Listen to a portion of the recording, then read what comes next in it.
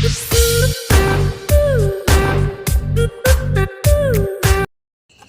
મિત્રો, તો સ્વાગત છે તમારું આપણી channel my channel A to Z માં।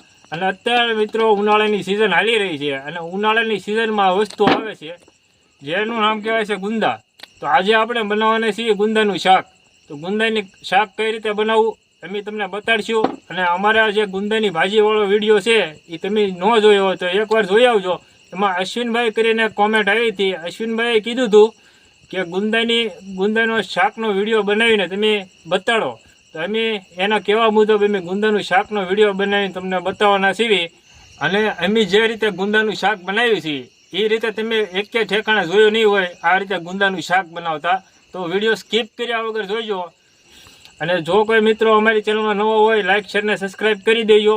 અને જો તમારે આગલી રસોઈનો વિડીયો જોવો હોય તો તમે કોમેન્ટ કરજો કે અમારે આ રસોઈનો વિડીયો જોતો છે, તો અમે તમને બનાવીને બતાડશું। તો ચાલો હવે આપણે શરૂ કરીએ ગુંદાનું શાક બનાવવાનું। તો હવે આપણે ચૂલો ઝીકી ગયો છે, તો હવે એની ઉપર મૂકી દઈશું તપેલું। એમાં આપણે ગુંદા બાફા મૂકવાના છે। તો સૌથી પહેલાં આપણે ગુંદા બાફી નાખશું। તો હવે આપણે તપેલું મૂકી દીધું છે, તો હવે એમાં નાખી દઈશું ખાટી છાશ।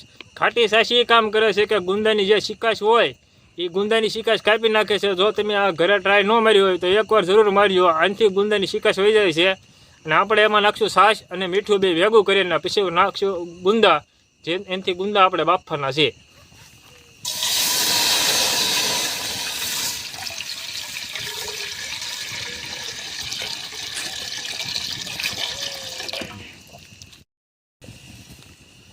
તો હવે આપણે એમાં નાખી દઈએ છીએ થોડું મીઠું।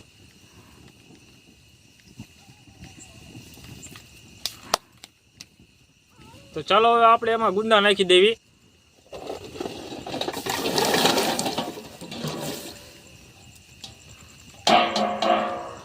તો હવે આપણે ગુંદા નાખી દીધા છે। તો જ્યાં સુધીમાં બાફાય છે ત્યાં સુધીમાં આપણે હવે ગુંદાના શાકનો મસાલો હવે આપણે તૈયાર કરી લેવી। તો હવે આપણે આને ઢાંકીને 10 મિનિટ જેવું આપણે હવે એને બફાવા દઈશું અને પછી ચૂલા ઉપરથી ઉતારી લઈશું। જ્યાં લગી બફાય છે ત્યાં સુધીમાં આપણે હાલો ગુંદાનો મસાલો તૈયાર કરી લઈએ। ગુંદાના શાકનો મસાલો બનાવવા માટે લીધું છે આપણે સવાણું લીધું છે, ગાંઠિયા લીધા છે અને ખારી શીંગ લીધી છે। તો હવે આપણે આ બધાને ખાંડવાનું છે। તો ચાલો હવે આપણે ખાંડવાનું શરૂ કરીએ। હવે આપણે આ ભાઈ ખાંડી રહ્યા છે। તો સૌથી પહેલાં આપણે નાખી છે શીંગને ફાફડી ખાંડવા। આ ખંડાઈ જાય પછી આપણે નાખશું હવે એમાં સવાણું ખાંડવા। તો મણો ખાંડવા ખાય એમ હાલો શીંગને ફાફડી બે। હવે આપણે આ શીંગને ફાફડી બે છે ને ખંડાઈ ગયું છે। તો હવે એને એક વાટકામાં કાઢી લઈશું।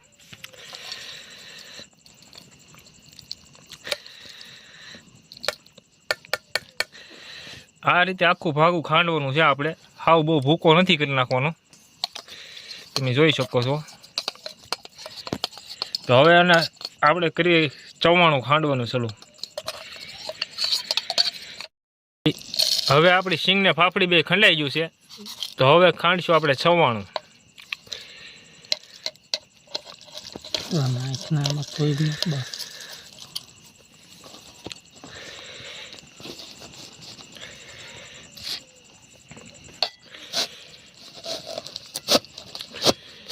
તો હવે આ ભાઈ ખાંડી રહ્યા છે સવાણું।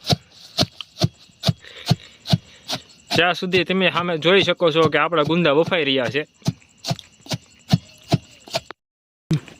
તો હવે આપણે સવાણું ખંડાઈ ગયું છે। તો હવે આપણે આના વાડકામાં કાઢી નાખશું સવાણું।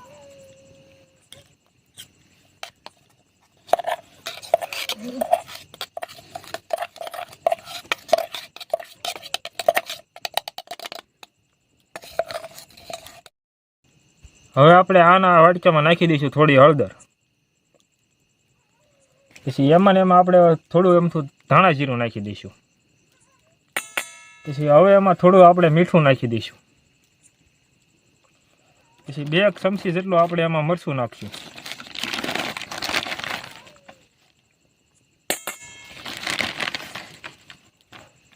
હવે આપણે આમાં બધું વસ્તુ આમાં મિક્સ કરશું। આવડા આ રીતે મિક્સ કરી લેવાની છે એટલે ગુંદાના શાકનો મસાલો આપણે તૈયાર થઈ જાય છે. આમાં થોડું એવું હવે આપણે તેલ નાખશું અને આ થોડું અમથું હવે આપણે તેલ નાખશું જેથી કરીને મસાલો મરચું આપણું બધું હરખી રીતે મિક્સિંગ થઈ જાય.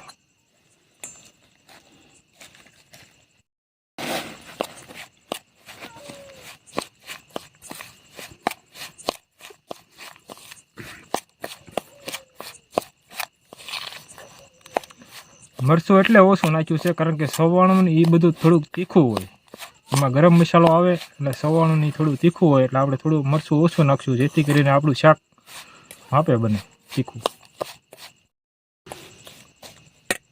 તો હવે આપણા મસાલો બનીને તૈયાર છે. તો ચાલો આપણે જોઈ લઈએ આપણા ગુંદા બફાણા કે નહીં. તો તમે જોઈ શકો છો કે આપણા ગુંદા વ્યવસ્થિત રીતે બફાઈ ગયા છે અને આમાંથી બધી શિકાશ બહાર વહી આવી છે. સાસે સૂંઘી લીધી છે, તમે જોઈ શકો છો મસ્ત રીતે બફાઈ ગયા છે. તો ચાલો હવે આપણે આની અંદરથી થળિયા કાઢી લઈશું અને પછી આપણે જે મસાલો બનાવ્યો છે એ આ ગુંદાની અંદર ભરશું. તો ચાલો આપણે આ ગુંદાના થળિયા કઈ રીતે કાઢવા એ હવે હું તમને બતાડું. તો આપણે ગુંદાના થળિયા આ રીતે કાઢી નાખ્યા છે, તમે જોઈ શકો છો. આ રીતે આપણે ગુંદા કરી નાખ્યા છે, ગુંદામાંથી એક થળિયો નથી આવવા દીધો. તો હવે આપણે એમાં ભરશું આપણે જે મસાલો બનાવેલો છે ગુંદાના શાકનો. હવે આપણે આ ગુંદાનો મસાલો ગુંદાની અંદર ભરશું આપણે. તો ભરવાના આ રીતે છે, તો આ રીતે ભરી દેવાના છે તમારે ગુંદા. હા, આપણું ગુંદું ભરાઈ ગયું.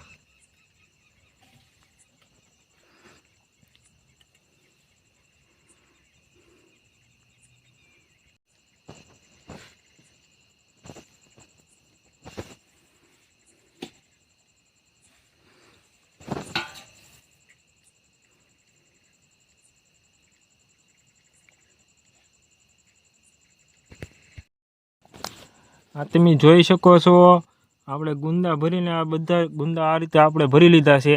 તો હવે આપણે એને શેડવશું થોડી વાર તેલમાં ને પછી ઉપરથી દહીં ને એવું બધું નાખશું. તો ચાલો હવે હું બતાવું તમને કે કઈ રીતે કરવાનું છે. તો સૌથી પહેલાં આપણે ચૂલો ઝીગવી લઈશું અને આપણો આ ચૂલો ઝીગીને કમ્પ્લીટ છે.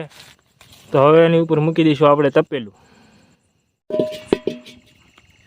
હવે એમાં નાખી દઈશું આપણે થોડું તેલ.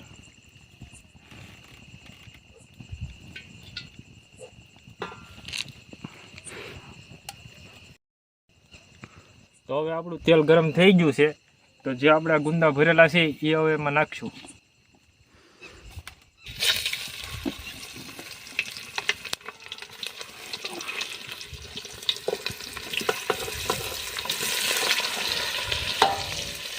તો થોડી વાર આપણે ગુંદાને સડવા દઈશું.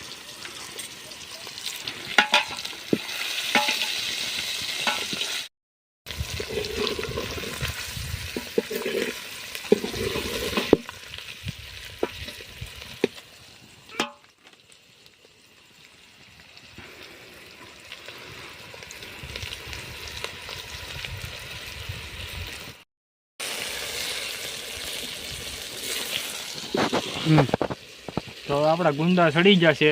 તો હવે એમાં નાખી દઈશું ખાટું દહીં.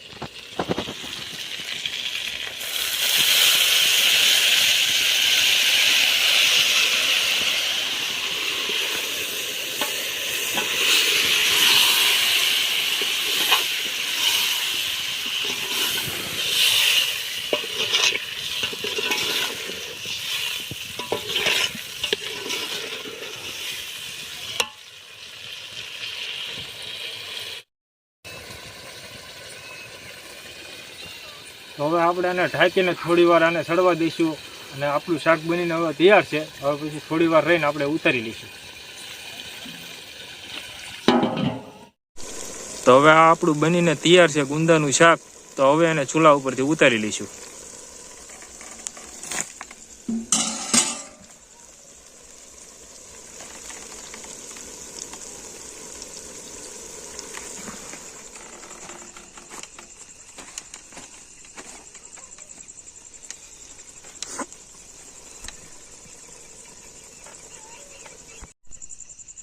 તો હવે આ ભાઈ આપણને ટેસ્ટ મારીને કહેશે કેવું બન્યું છે કેવું નહીં.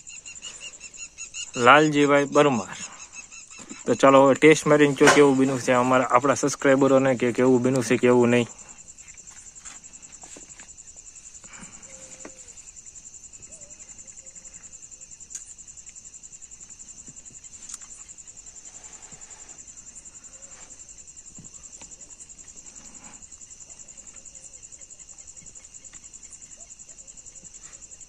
તો મિત્રો 1 નંબર શાક બને છે. તમે ઘેરે જરૂર ટ્રાય મારજો એક ફેરી આ રીતની બનાવવાની. મસ્ત શાક બને છે બહુ. તો ચાલો મિત્રો હવે આપણે અહીંયા વિડીયોને એન્ડ કરીશું. ફરી મળશું એક નવા વિડીયોમાં. જો તમારે બીજી કોઈ પણ રસોઈ જોઈ હોય તો અમને કોમેન્ટ કરજો, તો અમે કોમેન્ટ ઉપર તમને રસોઈ બનાવીને બતાડશું. તો ચાલો હવે ફરી મળશું એક નવા વિડીયોમાં. ત્યાં સુધી જય હિન્દ, જય ભારત.